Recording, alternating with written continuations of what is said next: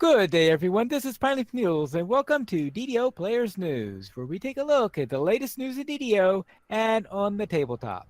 And please welcome my co-host from Ravenloft, Dracula. Hey now, everybody. How's it going? Good evening, Drac. How are things going in Barovia now? Not well. I don't want to talk about it. Not well. The horse and carriage broke down. I don't want to talk about it. Well, then you've got to give a stern talk to those horses. Exactly. Stupid horses, stupid repair bills, but again, I don't want to talk about it. Very well. Then let's skip by a certain equestrian carriages and head into our game news, which consists just of the Chronicle, it looks like. And it looks like that we have some... There's some rage, Pineleaf. It's rage. Yeah, some rage. It's some fiery rage, it looks like. That's right. Some fiery... I'm trying to figure out exactly what's going on there, but I haven't been able to quite pinpoint if the guy's like blowing fire, shooting fire. I don't know. Anyway, lots of fire rage on the Chronicle cover this week. Yeah, he's probably a fire mage, just Could trying be. to use a finger of fire or something like that. We've killed plenty of them in that quest line, but yeah. Spoilers for later in the show. In our Chronicle this week, we don't have a lot, actually. No game news and not much in the Chronicle. It's just one of those. DDO is just kind of it is what it is this week, I guess. We do have something pretty cool, though, in the community spotlights. Bajornicus, I'm going to say, probably botched that, I'm sorry, has created a homebrew tabletop module that is based on the Korthos storyline. This has you written all over it, Pineleaf. Haven't we heard these things before, or is this... It's different. This is different than the Stormreach campaign that we had talked about. Well, it's been a while since we talked about that, and we gave away a hardcover version of this. Yes, this is what he has done, which I'm assuming it is a male. If not, I'm not trying to judge. Just with a name like Bjornicus? Bajornicus or Bornicus or whatever. But again, sorry for botching your name, sir. But yes, he has taken the entire Korthos storyline and converted it for tabletop play using the Pathfinder rules. So I was going to actually, because I read this and it's really awesome. So I'm thinking, you know what? I'm going to grab this and I think I'm going to convert this into 5e and run this in 5e because this would be amazing. But it's set up for player characters at levels 1 through 3. And you start out just like you start out in the game. And you run through the entire Korthos storyline, but in pen and paper.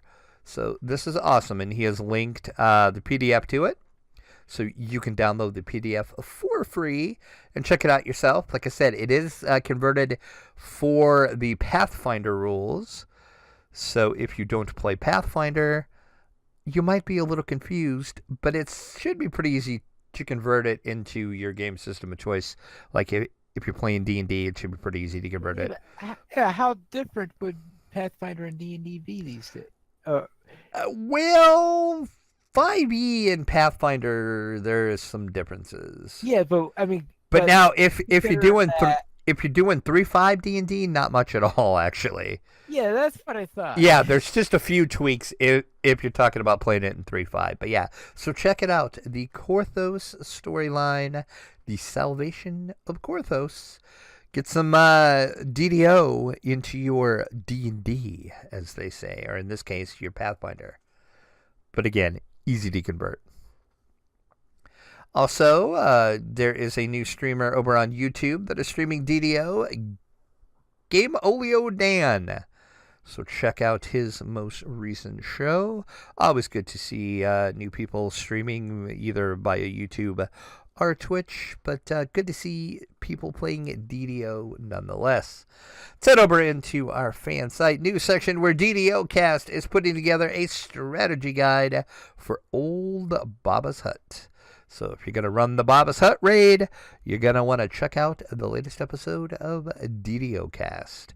The Damsels of DDO is saving the wine. That does not surprise me at all. In episode 88 of The Damsels. And of course, Sip is still writing about DDO over on his blog. So check out his thoughts on the old bone grinder. Mickey, she's still rating. She's in her 71st week. It's just insane to me, but good on you, Mickey, for keeping it going. The House of Grouse finds the face of evil. Click over to find out what the face of evil is. And Face of Evil, that sounds like a Doctor Who episode. it actually kind of does now that you mention that. In fact, that would be where they introduced Leela. Very Doctor Who-ish. Yes. It seems like we always get a Doctor Who reference in on the show. At least once every episode or every other episode. We're going to have to keep that going. It's a thing now, Pineleaf. McVegan Pants is running against the Slave Lords, and Bakalagor is chilling out with his Fridays on Ice. Click over and watch his latest episode. And don't forget, Brock and Friends is bringing the role play into DDO every Friday night. Click over and check out their latest show, and that show is so good. I enjoy watching that every week. And finally, in our fan site news section, we have a Tito LP, and he's finding some fresh baked dreams. Spoiler alert, you don't want to eat the pies. Bye. Just say it.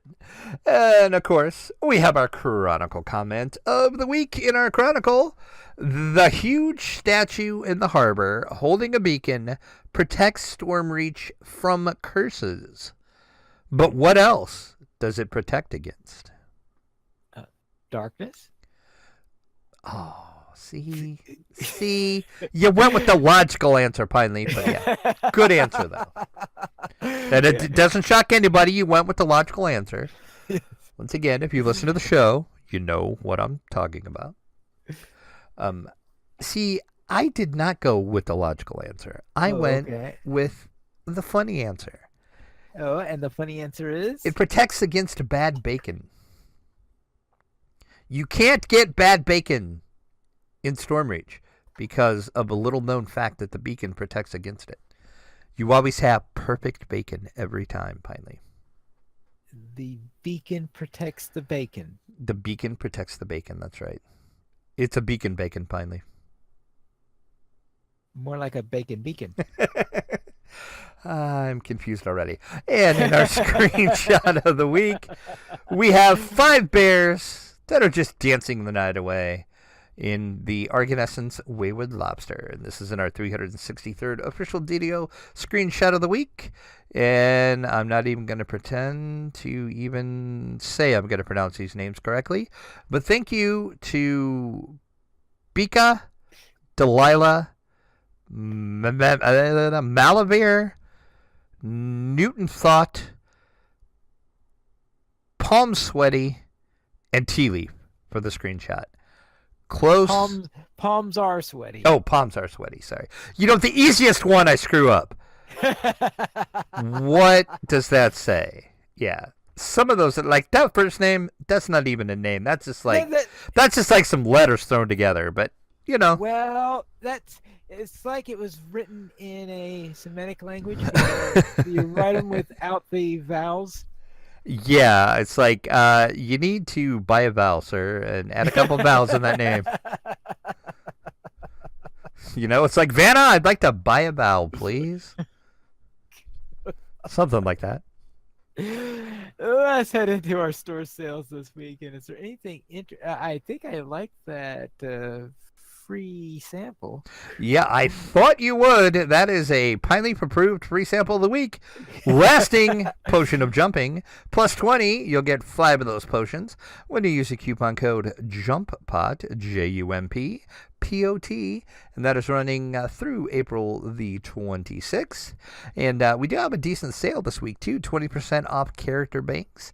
Get more storage space. Speaking of that storage space, shared banks, crafting storage, and plat storage all on sale. Always good to see on sale. 20% off, inventory space, and bags as well.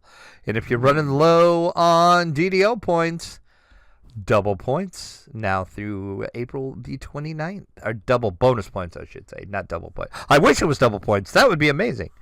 Double bonus points. Still good. Not quite as good as when they do a triple point sale, but it's been a long time since they did the triple bonus points. There's such thing as a triple point sale? There was. It's been a long time. I'm trying to think the last time. Man, I can't even remember the last time it was. Yeah. I stocked up on points then because it was amazing because you got those triple bonus points. It was amazing. Points were cheap. But yeah, alas, we only get double bonus points now, but still, not bad. Always need the DDO points to keep up the gold hireling, addiction I have. Yeah, you do have a little bit of I admit it. They say the first step is admitting it, so there you go. I admitted it live on the air finally. I have a gold seal hireling addiction. There we go. Now let's go and see what's coming in from the dungeon this week. And it looks like that Mantic Games has announced some new fantasy scenery. Yeah. Nice looking scenery? It is. It's some pretty cool looking stuff. Yeah, Mantic Games does a lot of like wargaming miniature scenery. And so they're kind of known for that, but now they're going to kind of dip their toe, as they say, into the fantasy scene, and with a new set they are calling Terrain Crate. And one of the first sets coming out is the Dungeon Depths. It looks like there are a few traps here. There's traps, there are sarcophagus, there are ladders, there are boulders, you name it, you can get it. In this set, the Dungeon Collection is going to be available in 3 different product size: the Mega Set, the Standard Set, and the Mini Set. The Mega Set is going to include, just what you would think, many, many pieces, and that is perfect for a growing campaign where you're going to need just a little bit of this and a little bit of that. MSRP on the Mega Set is going to be $79.99, which is not too bad for terrain. That's about standard, especially for how many pieces you're going to get. I did see a lot of people on another site that I kind of frequent, a forum. They were like, that's kind of expensive, and I'm like, not really if you think about what you pay for some other terrain. So, I guess teach their own though. I mean, I don't really use any of this stuff that much. I would like to start though, because I think it does add more to your D&D games, but you could spend a lot of money doing it though. The standard set is going to include 22 to 28 pieces, and that is going to be an MSRP of $29.99. And then you have the wee mini set, which is a few pieces, and that's going to be $9.99. So if you want to just kind of check it out and see if you actually want to buy one of the other 2 bigger sets, go with the $9.99 set. This is going to be available later this summer from Mantic Games. Now, the small one, is that a subset of one of the others, or is it a completely different set? They didn't really say in the press release. I would assume it would be a subset, and you just get a few pieces, and they didn't really say how many pieces you're getting, but you're getting 22 in the standard, and you're getting 73 in the mega. So I'm going to guess in the mini you'll get what, probably 10? Maybe? I don't know. Ooh. We'll have to see if anyone reports in. Yeah. Then let's go on and see what's on the tabletop this week. And I have heard a rumor that one of the most classic of all cooperative versus many, actually, more accurately, games is coming out with a new edition. Cue the Hallelujah chorus.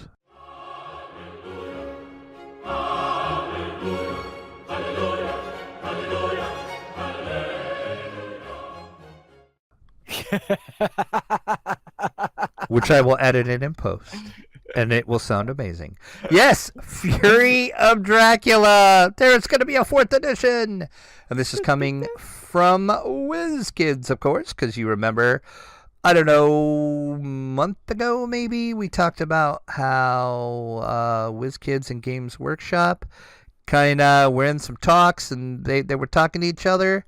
Well, it looks like the talking worked, because we're getting a 4th edition of Fury of Dracula. And of course, as you kind of hinted at, this is a one player takes on the role of Count Dracula, secretly traveling around Europe, and of course turning humans into vampires. And the rest of the players are the hunters that are attempting to find Count Dracula and destroy him and his undead thralls before they overrun the continent.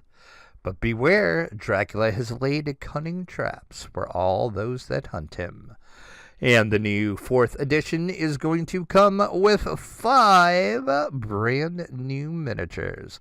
Look for this coming in July from WizKids. And the MSRP on it is $59.99. And as I said, the new 4th edition does come with 5 new miniatures. Also includes a brand new rulebook, larger poker-sized cards, and the miniatures are fully painted. And I put... We're on DDO Players on the article on this. I put some pictures of the miniatures. And I got to say, the Count Dracula miniature looks freaking amazing. Well, if they didn't have a good Count Dracula miniature. Well, true, yeah. And as I said, $59.99 is the MSRP. You can pre-order it now from Europe LGS. Our most online stores have it pre-order as well. I did notice right now Amazon is listing it at $59.99. Which... Yes, but you can't be too sure until it actually comes out. Right, because I can't remember if WizKids has... if they're using the map system for their prices or not. I don't remember anymore. So yeah, so it might be cheaper before it comes out, but we'll see. But $60 is about standard for any tabletop game. So, and I was kind of talking about this before we started recording. The secondhand sellers are gonna be pissed, because I hope anybody doesn't go on and pay $300 for the 3rd edition when you can get the brand new 4th edition for $60. So yeah, the secondhand market on these just went insane when Games Workshop announced they were stopping production of this. So, well, it's an inevitable one. Well, yeah, I mean, that happens all the time. But yeah, so I was excited to see this is getting a 4th edition, and I may or may not have placed a pre-order. Okay. I guess you'll find out in July when it's released. Yeah. I'm sure nobody's guessing at this point. They're like, wow, I wonder if he really did place a pre-order. Spoiler alert. Yes, I did. Uh-huh. We'll see. We will have to see. Then... Okay, I will say the title of this because I know you're not going to say it. Then again, I was waiting to see how you were going to get around this. Yeah, so there's a brand new board game coming from CMON, and it's not going to be on Kickstarter, which for CMON, that is a newsworthy announcement all of itself. And this, of course, is based off of the gritty comic Kick-Ass. So it is simply Kick-Ass the board game. Of course, based off of Mark Miller's graphic novel and comic series. It also was turned into a movie. That was amazing. So yes, CMON is planning to bring the gritty world of Kick-Ass to the tabletop. Up to 4 players are going to play the roles of the vigilantes looking to clean up the streets of New York while also trying to keep their private lives from spiraling out of control. Game is for 1 to 4 players ages 18 and up, because if you have read the comic or seen the movie, you know why it's 18 and up. It's going to play around 60 to 90 minutes. MSRP of this is $60. Look for this to hit shelves on August the 31st.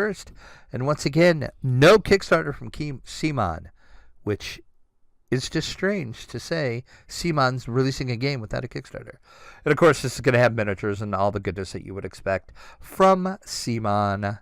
So look. I thought you were going to say even more strange. They're not going to have any miniatures. Oh, yeah. No, that would be strange. That would be like earth shattering, like the earth's going to stop spinning strange. But yeah. So as I said, look for Kick-Ass the board game coming August the 31st. Oh, actually, didn't Simon release the Xenoshift? Oh, that's right. They did. You are correct. Yeah. And now that I think about it, I think they do have one other game that might not be miniatures based, but I don't remember what it was. So I guess it wouldn't be out of the norm for them. They're just known for their minis. Yeah. Well, I mean, of course, their name used to be Cool Mini or Not, so well, see, I guess they cover themselves with the not part, but yeah, they just really work on the Cool Mini part. So. Very well, then let's head into game mats, and it looks like you were unboxing several of these. I was unboxing a lot of stuff. Yeah, I unboxed 2 game mats. These are the 6x4 game mats, and oh my god, are they big. But they're the Battlegrounds and the Medieval Town game mat. And these are available over at gamemat.eu for $69. That's the guess you could say it's the MSRP. That's the price they charge for them. So we'll go with MSRP. So you can take a look at that video and see those. There will be a full review coming, as I always say, soonish to DDO players. Also, unboxed some crazy, amazing looking terrain sets. They have a full Gothic Ruin set. That, of course, sounds just like what it is. It is Gothic Ruins. These would be great for any wargaming you're going to do. I could see you do D&D with these. Basically, anything you're going to use miniatures for and you want a cool Gothic Ruin to have your minis traipse through, this is what you need. And that set retails for $149 from at gamemats.eu. And lastly, I took a look at the Medieval Houses set. And that, of course, is more terrain for your miniature gaming. That has a MSRP of it over on their site of $129. And I must say, it looks pretty amazing. Check out the video to see proof of that. We will have full reviews over on DDO Players for all of those soonish. Soon. With a little TM on it. Exactly. And that is from GameMat.eu. They are a Czech Republic-based gaming accessories company. Very well. Then let's head into Button Men Beat People Up. Pop, pop, pop, pop, pop. Is that the sound you make when you beat people up, Pineleaf? I wouldn't know. Okay, just checking. Yeah, this is the new edition of Button Men. Of course, coming from the fine folks over at Cheap Ass Games. And it is for 2 players. This is a dice rolling fighting combat game. You are taking on the role of gangsters from a 1950s era town set on the Gulf Coast known as, ironically, Fight City. Why is it ironic that it's called Fight City, considering that that's what a lot of people seem to be doing? Well, that's why it's ironic, because you're beating people up, and the town you live in is Fight City, so I thought it was ironic. Maybe it's just me. To me, it sounds the opposite of ironic. That's why. Okay. Sounds more fitting than ironic to me. Okay, well, okay. Fittingly, you live in a city named Fight City, and you beat people up. And how you do this is you pick your character, and each character has dice you can use. You take those dice out, and then you play it in 5 rounds. Best of 3 wins the game. You chuck dice, and then you beat people up by using your dice to take the other player's dice. And then once they have no dice left, you win. You beat them up. That is the basically principle of the game. It is so fun, easy to teach, easy to learn, but a heck of a lot of fun. It's fun for all ages, especially if you like chucking dice. A lot of chucking dice in this one. Yeah, the old edition of it was one that they would sometimes do at conventions where you would go around wearing your back when it was literally wearing buttons. And you Buttons, wear your yeah, yeah. yeah, and you wear your button around in there, and so you challenge someone else who's wearing a button. Yeah, I had never played this before, actually. This is the first time that I played Button Man. I have seen it played, not the dice version, but the actual button version. And But still, even the button version used dice.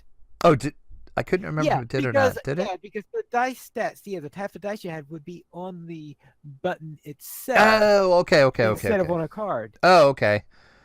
Then maybe I haven't seen this played then, because I don't remember people using buttons or Oh, yeah, there's definitely dice using involved in dice. the So original okay. version, yeah. But yeah, this is the new updated version. This was a successful Kickstarter for Cheap Ass Games, and it's good quality components, good quality dice, a lot of fun. As I said, easy to learn, easy to play, fast play, really fun game, especially if you want to get. I can see this as a good filler game for when you're like waiting for people to show up on a tabletop night you're gonna have, or maybe you could it doesn't take a lot of space, so you could take this pretty much anywhere and play it. Like maybe if you're going to like a restaurant for going out to eat or whatever, you wouldn't need a lot of room on the table to play. So check it out. It's available now from Cheap Ass Games. You can order it via their website, also at your friendly local game store. Online has it as well. But yeah, it is Button Men Beat People Up. And I want to thank Cheap Ass Games for sending over our review copy. Had a lot of fun playing this. And that's it for our tabletop. So let's see what's on the screen now. And the Gygax Trust and Fig collaborate to bring in unpublished works to life. How's that on the screen? This is weird because it's video games. Oh, it's It's video weird. games? See, it's weird. I'm telling you. The Okay, story is Gygax weird. site, think of. Yes. Yeah, the Gary Gygax Trust, which of course controls all of Gary Gygax's works that TSR does not own. So there is quite a bit of stuff Gary did. And Gail Gygax, his widow, wants to get some of this into the hands of the fans. And how they're going to do this is they're going to use a site called Fig. And if you're not familiar with Fig, it's like Kickstarter, but for video games. All they do on the site is video games. So the Trust is going to work with Fig to find developers for Gary's unpublished works. And then they're going to launch a Fig campaign, which is similar to a Kickstarter campaign. And you support the Fig campaign, and if it makes enough money, the title will be made. It'll launch, and you'll get it, similar to how, Kickstarter is. Additional information is going to be coming this year. But and they haven't really said what all they have in store, but I guess there's a lot of unpublished stuff that Gary Gygax did, so it'll be interesting to see what comes out of this. There's a lot of people hoping that we'll see an RPG based on his home campaign, which is kind of where Greyhawk was born out of. So that's what people are hoping the number one title is going to be, an RPG based on his home campaign. So we'll see. Like I said, they haven't said much. They just said more information coming this year, but look for several video games based on Gary Gygax's unpublished works. It's just weird. I don't understand why they're doing video games and not just tabletop games. But then, as I say that, I did read, and I don't remember who he was talking to. His son, and now I can't remember which one it was. I think it was Luke.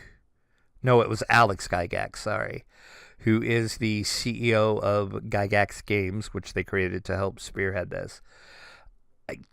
In so many words in an interview, and I'll have to find this and put it up on the site, there was so many words in an interview where Alex Gygax said, tabletop RPGs are dead. Video games is where it's at. So I guess that's why we're never going to see tabletop versions of this stuff, which is where they should be, because your father created the granddaddy of all role-playing games.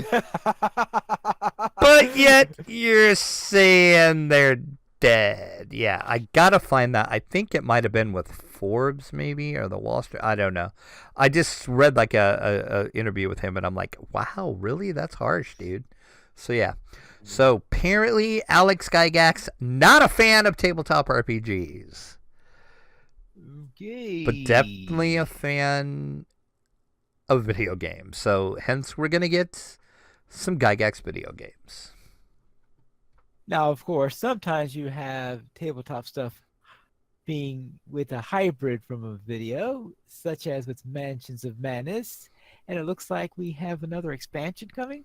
No, it's not an expansion, Ooh, actually. it's not an expansion. This is a brand new RPG video game coming from Asmodee Digital. Who else? Okay. That is based on Fantasy Flight Games' Mansions of Madness. It is entitled Mansions of Madness Mother's Embrace. Somehow, in Mansions of Madness, I'm not too sure I want to be embraced by anyone. True, very, very true. In Mansions of Madness Mother's Embrace, players are going to lead a team of investigators through an eerie mansion, all while uncovering its dark secrets. Everything is not what it seems, though. Of course not. As the investigators encounter traps, monsters, and all sorts of other Lovecraftian horrors, you will descend deeper and deeper into the depths of madness. Will your team solve the mystery and make it out alive? Or will you go brilliantly insane like Lovecraft's most unlucky heroes? So yes, this is a RPG video game based off of Mansions of Madness, but does not play like Mansions of Madness. Okay, so it doesn't play like it in any way whatsoever. No, this is like a straight-on, top-down RPG, similar to... Well, actually, it's not really top... Like, parts of it are top-down, and then it goes into, like, a third-person, second-person, depending on how you have the camera set view. So it's kind of like a hybrid 2D, 3D version, top-down role-playing game. The screenshots I've seen of it, I have a couple up on the site, and if you're watching the video of this, you're seeing these on the screen now. Looks kind of cool, sounds kind of cool. It's just interesting that they chose not to just do, you know, a port of the tabletop game, but actually create a whole new RPG adventure. So, would be fun. I love Mansions of Madness, the board game, so this game should be pretty sweet. But this is coming early 2019, so you got a little while to wait for it. A little bit of while. It's coming from Asmodee Digital, and it's being developed by Lucky Hammer Studio. Look for it on Steam for the PC and Mac, as I said, early 2019. Then let's head into our week in gaming, and what have you been up to? Not a lot again. Not a lot? Yeah, this was another bad, stupid week for me. The only DDO I played, sadly, is what I played with you. So what was that since? Well, yeah, I'll talk about that since you have like a whole book of stuff here, and I have like, one thing. Well, actually, I have two, I guess. But yeah, we did. We ended up finishing out the new questline Disciples of Rage. Played, which left us in that man. Yeah, I was really raging. We played the Age of Rage, and then Toxic Treatment. Okay, everybody, grab a seat, grab a bucket of popcorn, and listen to Drac rant about how freaking stupid this damn quest is. Okay. Everybody knows I hate the Crucible. Everybody knows I hate the Pit. I've heard rumors of that. This Toxic Treatment quest, I haven't decided if I'm going to place it in between those two or at the top of the list. This quest sucks. And it sucks hard. There are one of the most asinine, stupid trap puzzle crap things. I really wanted to say something else there, but yeah. You mean the one that took me half an hour to get through? Yeah. It's stupid. Seriously, this is up there with the Pit. up there with the Crucible for me. And as I say this, you know what's going through the back of my head. The damsels are going to make me run this because I just said I hate this. I know they are. You are. I know you are. And I know you listen. I know you're going to make me run this. I don't care, though. This quest sucks. No. Just no. Just no. No. Rage sums it up. No. Just no. Don't. And it's a shame because I enjoyed the other quest in this quest line. I enjoyed the story a lot. The story was good, well written, fun quest up to this point. And the capstone quest sucks. And it sucks donkey balls hard. It just sucks so bad. So there is my rant. I got the impression that you don't No, not at all. And poor Pineleaf, I was like, oh yeah, it's like a wonder we finished because I was like, nope, I'm done. No, just nope. And then we got to the one puzzle, and I mean, Pineleaf is like the puzzle master. Because when I play with Pineleaf, if I see a puzzle, I'm like, whoop, you're up. And then I just, go grab a drink or, just kind of do whatever. Stand around, I'm like, oh, sweet. All right, you solved it. All right, next. So, yeah. And with Pineleaf, it takes him at least, I think, a half hour to solve that. And you can actually watch this, like, crap if you want to over on my Twitch stream. If you want to see how horrible this quest actually is, feel free to go over to my Twitch stream, and I will link it in the show notes. And you can actually watch to see me hating a quest in real time as I'm playing the quest that I'm ranting about now. So, yeah. That has got to be probably... That puzzle in that room is the single worst puzzle I can remember running into in DDO. Yeah. Just no. And damsels, no, I will not. No. So, yeah. But like I said, it's sad because I really enjoyed the other quest. I enjoyed the story of the quest. It was amazing. It was good. 2 thumbs up for Standing Stone Games until you get to this quest, and then it's like, no. As in ruin the whole thing. Yes. Just, no.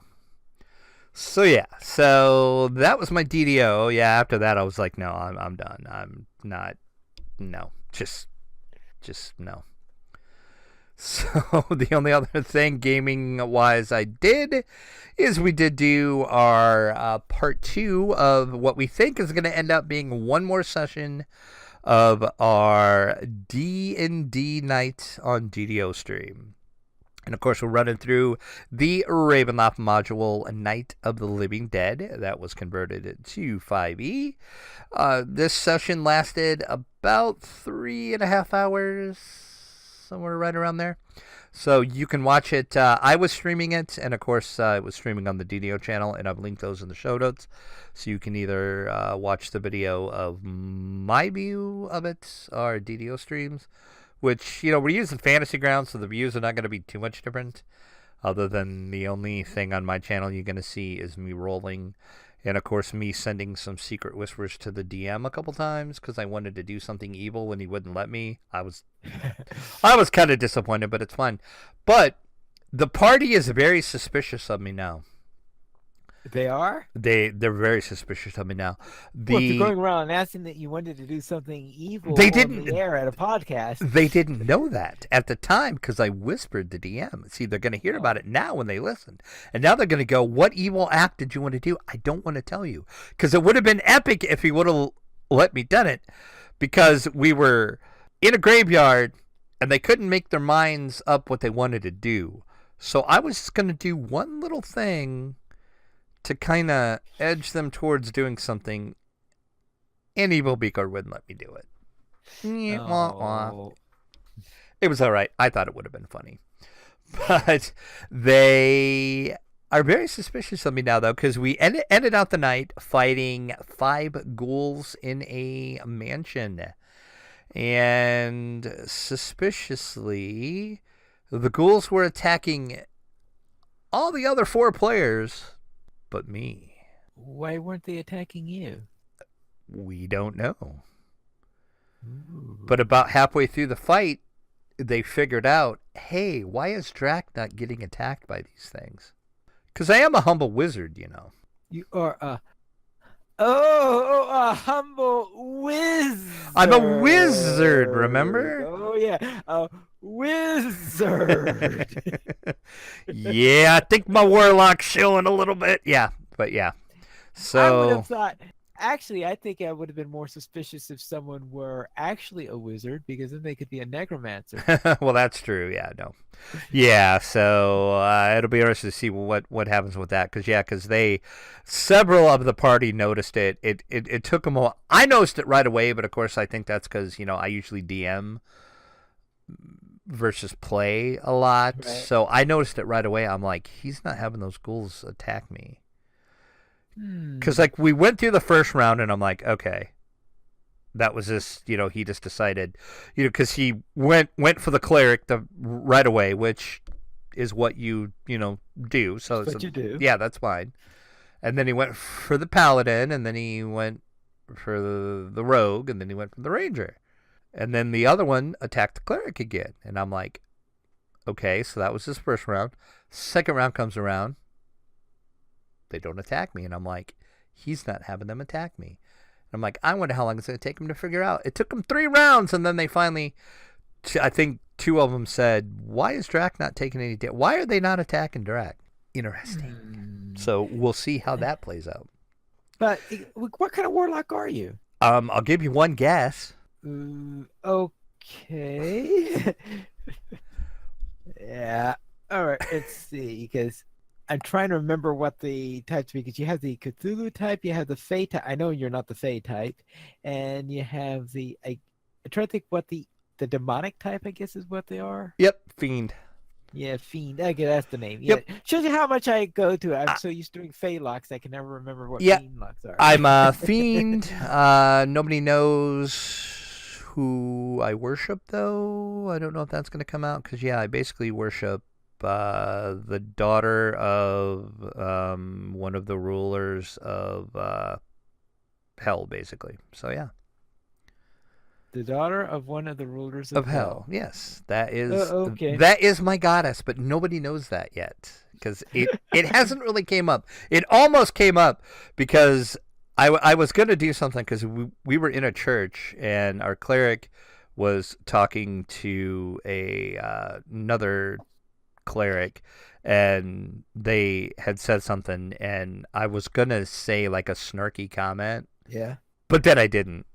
But yeah, so I'm not evil though, because he wouldn't let me play an evil character, which I understand, that's fine, but I'm chaotic neutral, so I kind of don't care either way what goes on. So yeah. All right. I do remember one time we were working with a cleric of hell during our time in there, and at one time, trying to think of a name for their queen, I says, and I decided to call her Persephone, and someone said. And of course, another one of the players goes, "No, that's Greek, not." I was about to say, why does that sound familiar? But that's why. Yeah, and then of course, the cleric then says, "Hey, don't make fun of our of our goddess." That's funny. So that's the first thing I was thinking. Well, when you said daughter, I was thinking, well, see, if you said wife, I would have called her Persephone. Persephone, there you go. Yeah, so, and I'm trying to think of off the top of my head what her name is, but I can't, for some reason, off the top of my head, remember what it is. I would have to look it up. Shoot, yeah, I'll have to Google it. I would tell you who my patron is, but I can't. That annoys me. Yeah, I can't think of what her name is off the top of my head. Anyway, so yeah, sounds like we're going to have next Sunday night, we're going to play the final part. We're kind of slowly figuring out the story, what's going on. We think we got it figured out why this town is having a bunch of undead and zombies now. So now we were on our way to this plantation, and we got to the plantation, and that's where we met the ghouls. So we'll see what happens next week as we play what sounds like it's going to be the final part. So we're probably looking at about another 3-hour stream to wrap that up. And then we've kind of talked about it. Looks like people are loving this, so we might do something else in the future. We're not sure. This was just kind of a test over on DDO stream to see how people would like to see some tabletop. And then sounds like people are loving it. So and I'm having blast just actually playing for once and not having to DM. So it's kind of weird for me, but it's fun. I like it. So how about you, Pineleaf? What have you done this week? I took my paladin. Oh, let's see. Yes, I took my artificer into Splinter Skull and went and ran the early parts of that first strike, Hobgoblins, Captives, Yorkook's War Plans, Whisper Doom Spawn, and then the Deadly Package. And that brought me up to level 6. And I'm level 6, so I'm making fairly good progress with this character. And then in Minecraft, I built the room that leads to the various elemental nodes. And of course, the real trick is how to do this in Minecraft, since you don't have too much in the way of teleporters, and the only teleporter you normally will be able to create yourself brings you into the Nether, which would be great for a fire node, but awful for anything else. Therefore, what I have done for this is I decided that I'm going to have ladders leading down, and that's going to branch out into the various nodes. So therefore, instead of teleports, there'll be ladders going down, which you go up and down in order to visit the nodes if you need to. Now, one of the things I decided to do here is I actually decided to follow the original description, and that is to have the room mostly in black. So therefore, I have walls that are made from black glazed terracotta, for example. I've got highlights in obsidian. I've got black concrete all over the place. Therefore, it is black floor and black walls. The ceiling is in spruce because I'm Pineleaf. Of course, it is. Yeah. And we are talking about the Temple of Elemental Pine, so therefore we need a little bit of spruce in there. So we have that all over the place, but it is probably a very dark room as a result of what I'm doing. Though it does have enough light in it to prevent mobs from spawning. It's just that because of all the black in there, it doesn't really shine brightly or anything like that. I just can't imagine you doing anything in black. That just seems like so anti-Pineleaf. It's like I'm floored that you actually just painted something all black like that. If you want to see what it looks like, I'll be posting the video of it tomorrow night. So it should be popping up just about the same time that this episode is posted on our site. Duly noted then. I'm going to have to watch that because I have to see this Pineleaf all blackness. Then in tabletop, I played quite a bit of Warfighter World War II, and I'm finding that the Germans are tough opponents. I suppose that's pretty realistic because no matter what I did, I was constantly having quite a bit of trouble in there.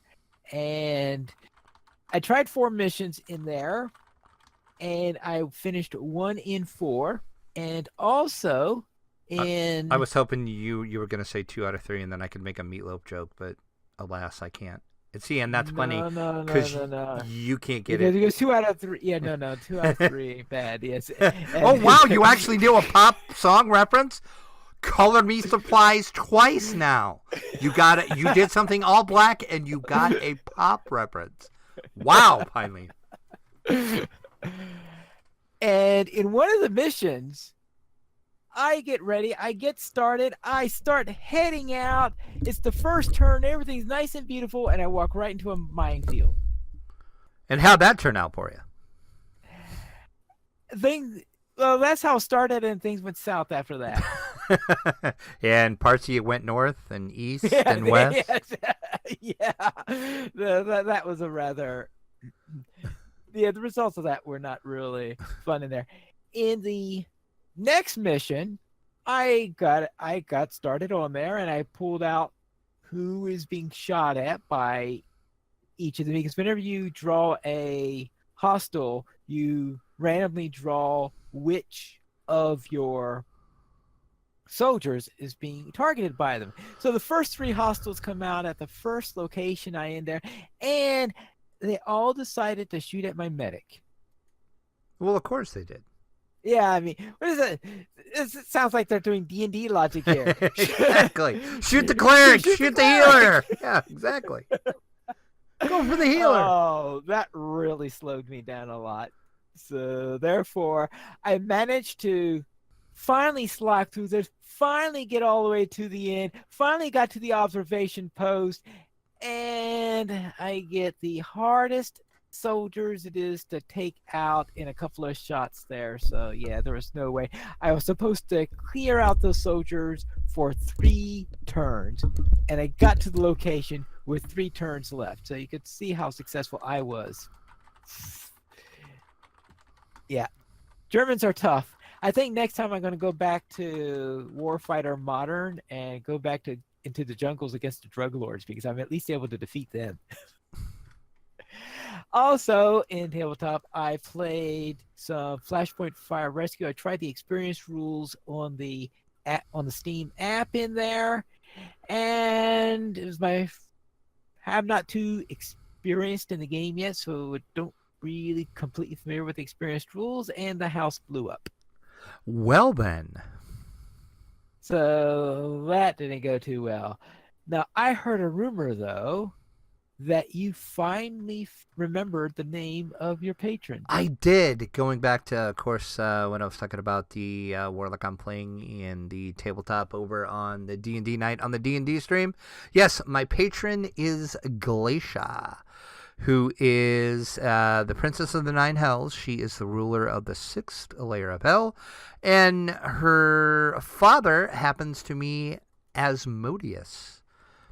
Ah. So that's all you need to say. Yeah, Asmodeus, of course, is the archdevil, and he's basically the undisputed master of the 9 hells. So yeah. So my patron is his daughter, Glacia. I would presume that the 6th level of hell is rather bitterly cold. It is, yes. Yeah, it just sounds like it in the name. Yeah, she is the patron of corruption, growth, and agony.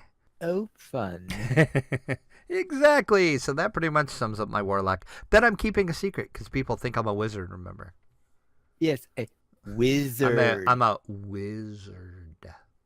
And speaking of patrons, we currently have 17 supporters on Patreon. Wow, if you'd like to finally. help support the DDO players, simply go to the donations page where you can support the Players Alliance on Patreon. There you'll find rewards, including a mention on the podcast of your choice, or even be a guest with us for an episode of DDO Players News. That, sir, was one of the most epic transitions you have ever did. That was amazing, sir. I salute you, my friend. This week we do not have any emails.